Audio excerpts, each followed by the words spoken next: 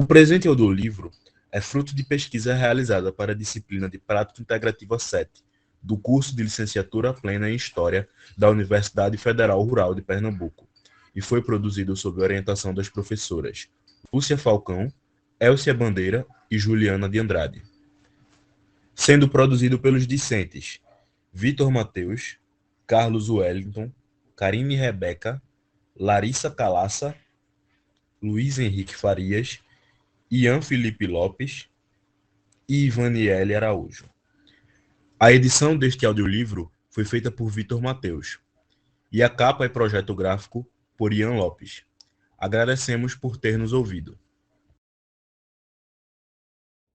A palavra fraternidade tem origem no latim frater, que significa irmão, e expressa a ideia de laço de parentesco entre irmão e irmã, laço de solidariedade e de amizade entre homens, entre membros de uma sociedade.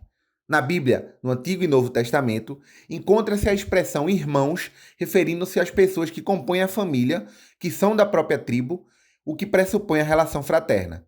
A fraternidade aparece em inúmeras passagens bíblicas, anunciando o conjunto das condições que permitem aos homens, como irmãos, deixar de lado as rivalidades para se ajudarem, tolerando as diferenças, as pretensões e até mesmo as limitações do outro. Quando nos debruçamos sobre a filosofia clássica grega, a fraternidade se encontra nas ideias e formas de organização social e estatal. É o que notamos em Platão, quando em sua obra A República aponta que irmãos são aqueles que rejeitam o uso da violência uns contra os outros. Sêneca, por sua vez, afirma que viver é ser útil aos outros, enquanto Aristóteles aponta o seu conceito de amizade política, defendendo que os cidadãos se unam em consenso para instituir uma determinada comunidade política. Na Idade Média, por sua vez, a percepção cristã do termo fraternidade não se restringiu à questão espiritual.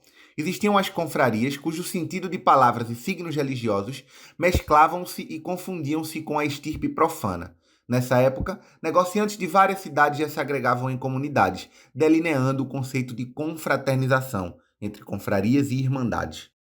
No irromper da Revolução Francesa, o emblema liberdade, igualdade e fraternidade representou a renúncia ao antigo regime e a rejeição à tradição cristã dominante na época. Com a Revolução de 1789, o lema da tríade vinculava a fraternidade com a liberdade e a igualdade, incumbindo-lhe a função de direção, quer dizer, por meio de sua força, unia e tinha a obrigação de efetivar a liberdade política e a igualdade dos cidadãos. Esse é, por fim, um referencial histórico significativo. Pela primeira vez numa sociedade pós-moderna, podemos interpretar o início de um princípio que rege as relações humanas. A fraternidade ampara e reafirma a atuação de movimentos sociais como espaço que fomenta a emancipação do cidadão para a efetiva participação democrática na gestão pública. Esta postura cidadã e humana tem o condão de promover uma nova relacionalidade, que valoriza a pessoa e gera a integração dos cidadãos com e na sociedade, produz uma mudança relacional e o compromisso fraternal com a justiça social, a qualidade de vida em prol do bem da coletividade. Ao fim, a fraternidade passou de algo executado pelo livre-arbítrio do homem na Bíblia para uma fundamentação universal. A cientista política marxista estadunidense Jodi Dean se debruça sobre o que considera uma multidão disruptiva de massas, para identificar o fator de coesão de grupos políticos amplos e distintos como aqueles que caracterizam muitos dos movimentos revolucionários. Quem são e o que querem os indivíduos que, diferentes entre si, reivindicam os mesmos objetivos? Aquilo que chama, evocando Elias Canetti em sua obra Massa e Poder, de descarga igualitária, é o que concede dinâmica aos grupos subalternos em contexto revolucionário a partir do que é, sobretudo, um tipo de relação baseado na fraternidade, o ser camarada e a camaradagem. Essa relação política definida camaradagem reflete uma série de expectativas de ação em direção a um objetivo comum, sublinhando a coletividade do grupo, mesmo que a contrapartida seja certa supressão do individual. Se as multidões momentaneamente representam a superação do individual, a relação de camaradagem o faz de forma permanente. Os indivíduos seguem organizados e coesos a partir da relação que os horizontaliza, desde que permaneçam fiéis àquele objetivo que os une, mediando a construção de sua prática política. Para a autora, é possível entender a justificativa das relações de camaradagem em termos psicanalíticos. Meu camarada representa para mim o ideal do eu e, portanto, construo nosso objetivo em comum, pois sou responsabilizável diante do outro, enquanto vejo minhas ações através de seus olhos. Diante dos muitos contextos em que a camaradagem se faz presente, é comum que a luta pela necessidade de sobreviver torne-se uma característica-chave dessa identidade imaginada, que se torna dignificada e até heróica, com a intenção de legitimar e justificar sua própria existência. O camarada seria, por fim, aquele que traz à tona as demandas depositadas sobre aqueles engajados em uma luta política igualitária, emancipatória, assim como suas expectativas, engendrando esse tipo de relação guiada pela fraternidade, emoções que João-Didin define como alegria, coragem e entusiasmo. Ellen Sanches e Deisemar Langoski entendem que a fraternidade é a ação de dignificar a vida em comunidade e estabelecer novas formas de relacionamento no processo emancipatório dos cidadãos, podendo ser percebida na coesão dos movimentos sociais que impactam a sociedade e buscam a conquista ou manutenção de determinados direitos. Esse tipo relacional visa criar novas relações que valorizem o indivíduo na busca por melhorias para si e para os outros. O compromisso fraternal se relaciona, portanto, com a justiça social e política em escala macro.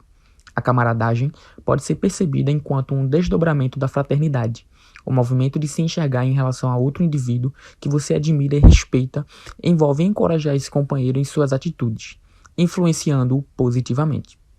Ao se debruçar sobre o outro, você pode desenvolver percepções e ações semelhantes. Jorge Dion aponta que a fraternidade é o sentimento de estar próximo de alguém e reconhecê-lo como igual na luta por uma causa. Essa presença mútua desperta alegria e coragem para lutar pelos mesmos ideais em revoltas políticas emancipatórias. Ambos, fraternidade e camaradagem, buscam promover a atuação do ser como um sujeito que luta por melhorias, visando beneficiar aqueles ao seu redor que compartilham, em alguma instância, interesses semelhantes. Desse viés, a fraternidade valoriza o indivíduo como participativo, enquanto a camaradagem desperta o sentimento de reconhecimento das lutas do cidadão. Agora vamos selecionar e apresentar brevemente 2 personagens das revoltas e o seu papel. João Cândido Felisberto foi um dos principais líderes da revolta da Chibata, que ocorreu em 1910 na Marinha do Brasil. Ele era um marinheiro negro e se destacou a organizar uma rebelião contra as condições desumanas e o uso da chibata como forma de punição. A revolta começou no Encoroçado, Minas Gerais, onde João Cândido e seus companheiros tomaram controle da embarcação, exigindo melhorias de vida e fim das punições físicas. A insurreição se espalhou para outras embarcações e atraiu apoio de diversos setores da sociedade. João Cândido não apenas liderou o movimento militarmente, mas também se tornou um símbolo de luta contra a opressão racial e social.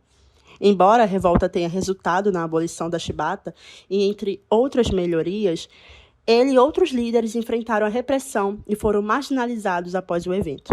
Seu legado perdura como um ícone de resistência contra a opressão, simbolizando a luta por direitos civis e igualdade, especialmente entre os negros trabalhadores do Brasil.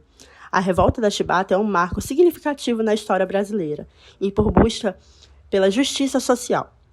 A revolta da chibata, apesar das consequências limitadas, deixou um impacto duradouro, se destacando a resistência dos marinheiros e a luta por direitos e igualdade.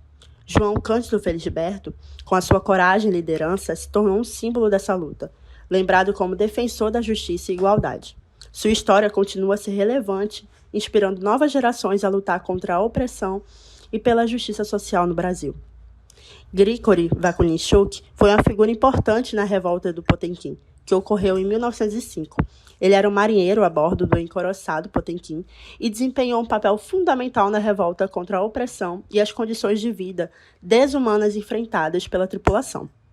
A insatisfação generalizada culminou em uma rebelião quando os marinheiros se uniram para protestar contra a ordem de servir carne estragada.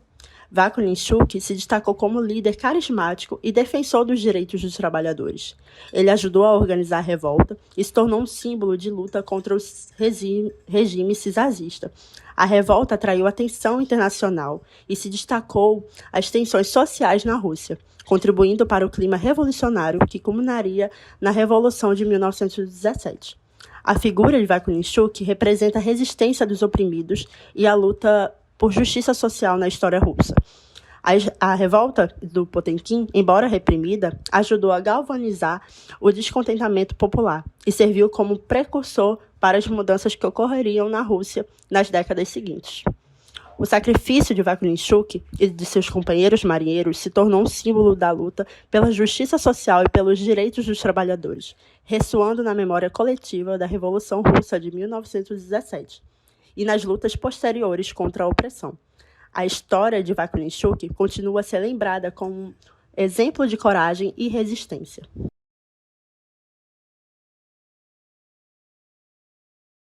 A principal representação da revolta do encouraçado Potemkin se encontra no filme de 1925 chamado Encouraçado Potemkin, dirigido pelo cineasta russo Sergei Eisenstein.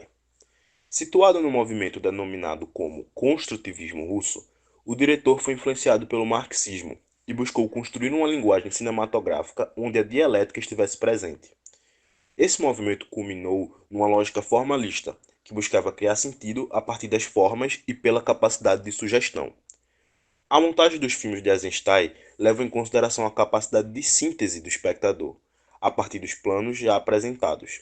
Sendo assim, a dialética opera no momento em que o espectador entra em contato com dois planos, que representam, respectivamente, tese e antítese, e a partir da própria capacidade do espectador em criar essa síntese. No filme, o diretor consegue colocar sua lógica de montagem a partir de cenas onde o espectador entra em contato com a situação precária dos trabalhadores do navio. Desde o começo, o filme se equilibra em cenas que mostram castigos físicos e a péssima comida servida aos marinheiros, com um momento onde palavras de ordem são entoadas, permitindo ao espectador uma síntese revolucionária frente aos planos que somam as péssimas condições de trabalho com consciência de classe. Das muitas coisas que podemos dizer sobre a revolta da Chibata, uma delas é, sem dúvida, sobre o seu caráter internacional. Internacional, claro, porque as notícias sobre os marinheiros amotinados na Baía de Guanabara estamparam as capas de jornais e revistas na América do Sul, nos Estados Unidos e na Europa, concorrendo com manchetes como a Revolução Mexicana de Francisco Madero contra Porfírio Dias, a prisão de sufragistas em Londres e o funeral de Lev Tolstói. Mas também, como nos conta Joseph L. Love em seu artigo intitulado Aspectos Internacionais da Revolta da Chibata, seu caráter internacional se dá também por conta de alguns aspectos e influências que foram articulados em espaços para além do território brasileiro. Para começar, além da inspiração dos revoltosos no motim de marinheiros da Armada Imperial Russa, no encouraçado de Potemkin, em 1905, que João Cândido e outros marinheiros conheceram, possivelmente, em razão de suas viagens ao Reino Unido para acompanhar a construção de navios de guerra encomendados pelo governo do Brasil, houve também o caso da viagem do então Marechal Hermes da Fonseca a Portugal. Na tentativa de assegurar aos credores e investidores a segurança da República do Brasil, Hermes da Fonseca viaja à Europa. Após visitar cidades de Berlim, Paris e Londres, ele embarca novamente no encouraçado brasileiro São Paulo, com rumo a Portugal. Hermes chega ao porto de Lisboa sob aplausos no dia 1º de outubro de 1910 e era convidado ilustre do então rei Manuel II. A chegada do Marechal foi estampada na capa de alguns diários lisboetas. O Mundo, por exemplo, de caráter republicano, estampou em seu editorial do dia 3 de outubro: "Viva o presidente Hermes! Viva a República! Viva o Brasil!" Mais do que uma admiração pela República do Brasil, o que se destaca nesse editorial é o desejo de ver surgir uma mesma república em Portugal. Na tarde do dia 4 de outubro, uma revolução irrompeu em Lisboa e foi encabeçada por oficiais navais e marinheiros lisboetas. A Revolução Republicana depôs o monarca. O que se pôde notar foi que os marinheiros comuns também desempenharam papéis chaves na Revolução. O sentimento republicano fora mais forte neles. A Revolução Portuguesa, iniciada no navio Adamastor, possivelmente forneceu aos homens a bordo do São Paulo um modelo de revolta naval enquanto eles estavam em Lisboa, somente 6 semanas antes da revolta da Chibata. Quando Hermes da Fonseca se torna presidente, o Adamastor vai ao Rio de Janeiro para prestigiar o seu novo título. Na ocasião, marinheiros portugueses e brasileiros confraternizaram, como provavelmente também o tinham feito em Lisboa mais cedo naquele ano. Uma anedota sobre o encontro desses marinheiros foi publicada pelo periódico carioca, o Careta, em 3 de dezembro de 1910, na qual um marinheiro português do Adamastor questiona um marinheiro do São Paulo. Mas como foi, camarada, aqui na Guanabara? Essa perspectiva estabelece para nós um exemplo de fraternidade e de camaradagem internacional entre esses homens de uma mesma classe. A revolta da Chibata foi representada das mais diversas formas e numa grande variedade de mídias. A disputa pela memória do episódio é intensa e, ainda recentemente, aconteceram e acontecem ações que entram nesse campo da disputa e buscam valorizá-la. Segundo o cientista social Cláudio Barbosa de Souza, a dramaticidade da situação foi um fator relevante para que o surpreendente movimento de marinheiros inspirasse registro na forma de diversas produções culturais, que se partiram dos fatos ocorridos, recriaram e ressignificaram os passos da revolta com ingredientes subjetivos de ficção e de imaginação, sem contudo deixar de trazer em si aspectos da conjuntura histórica e das visões de mundo dos seus criadores. Nessa perspectiva, é possível também identificar uma centralidade à figura de João Cândido. Por exemplo, no samba-enredo O Mestre-Sala dos Mares, de 1974, composto por João Bosco e Aldir Blanc. A canção exalta principalmente a capacidade de liderança do marinheiro, além de evidenciar como ele foi capaz de, entre aspas, inundar o coração de toda a tripulação, chamando a atenção não apenas para a liderança, mas a capacidade de João Cândido de criar um sentimento de fraternidade e camaradagem entre os revoltosos. É válido ressaltar também que, já nesse período, houve uma intensa batalha pela memória. A música de Bosco e Blanc foi fortemente censurada pelos militares, que agiram para que as referências à revolta e ao racismo fossem cortadas, pois, nesse período, a ideia de democracia racial estava em vigor no Brasil, e nada poderia feri-la. Até mesmo o nome da música foi alterado. O Almirante Negro, assim, se tornou o Mestre-Sala dos Mares. A disputa simbólica em torno do episódio alcançou também o campo do patrimônio. Em 2008, quase 100 anos após a revolta, o presidente Lula, à época terminando seu segundo mandato, inaugurou uma estátua de João Cândido, na Praça 15 de Novembro, no Rio de Janeiro. A estátua, que antes se encontrava nos jardins do Museu da República, foi transferida para um espaço de maior visibilidade pública, sendo esta uma ação de valorização e representatividade histórica. Outra ação do presidente foi nomear um petroleiro brasileiro em homenagem a João Cândido. Essas ações, novamente citando Barbosa de Souza, são impulsionadas por movimentos e grupos vinculados às lutas sociais, e visam impor a memória coletiva da revolta, tirando-a do esquecimento e valorizando-a como forma de resistência da sociedade.